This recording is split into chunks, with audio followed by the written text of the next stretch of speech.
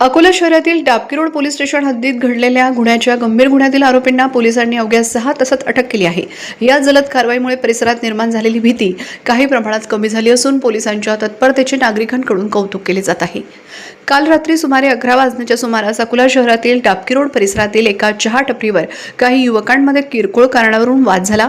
तू काय पाहत आहेस माझ्याकडे या कारणावरून सुरू झालेला शाब्दिक वाद काही वेळातच हाणामारीत रूपांतरित झाला। या वादादरम्यान 3 युवकांनी एका 17 वर्षीय अल्पवयीन मुलाला बेदम मारहाण केली आणि धारदार शस्त्राने त्याच्यावर वार केले।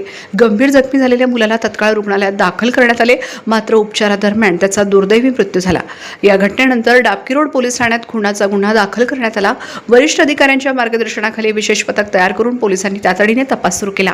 तांत्रिक तपास आणि गोपनीय माहितीच्या आधारे खदान पोलिसांनी केवळ 6 तासात 3 आरोपींना दर्यापूर येथून अटक केली। आरोपी मध्य प्रदेशकडे पळून जाण्याच्या तयारीत असताना पोलिसांनी त्यांना ताब्यात घेतले। काल रात्री 18 तारीखला 12 वाजता रेणुका नगर डाबकी रोड परिसरात, डाबकी रोड पोलीस स्टेशनच्या परिसरात रेणुका नगरमध्ये कॅन्टीनमध्ये 2 गुटामध्ये काही वारदात झाली। एक क्षुल्लक कारणावरून त्याची मारामारी झाली आणि 3 लोक होते, त्यांनी मारामारीमध्ये चाकूचा हल्ला केला।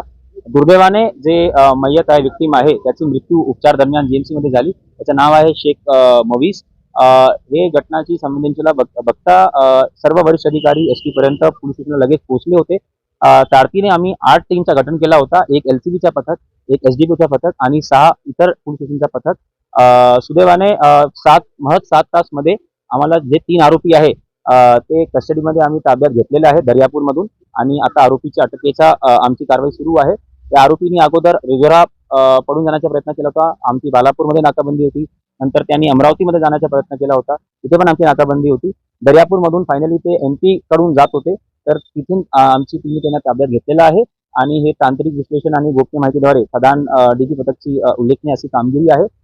हे तपासमध्ये आम्ही असं डिसाईड केलेलं आहे की IPS जर्टिस अधिकारी हे तपास करणार आहे आणि व्यवस्थित जे काही फॉरेन्सिक एव्हिडन्सेस आहे, डिजिटल एव्हिडन्सेस आहे, डॉक्युमेंटरी एव्हिडन्सेस आहे, विटनेस स्टेटमेंट आहे, सर्व गोळा करून प्रामाणिकपणे प्रोफेशनल इन्व्हेस्टिगेशन असा होणार आणि जे काही नातेवाईकची मागणी आहे की आरोपीला म्हणजे त्यांना न्याय भेटला पाहिजे, नक्कीच त्यांना याच्यामध्ये न्याय भेटणार।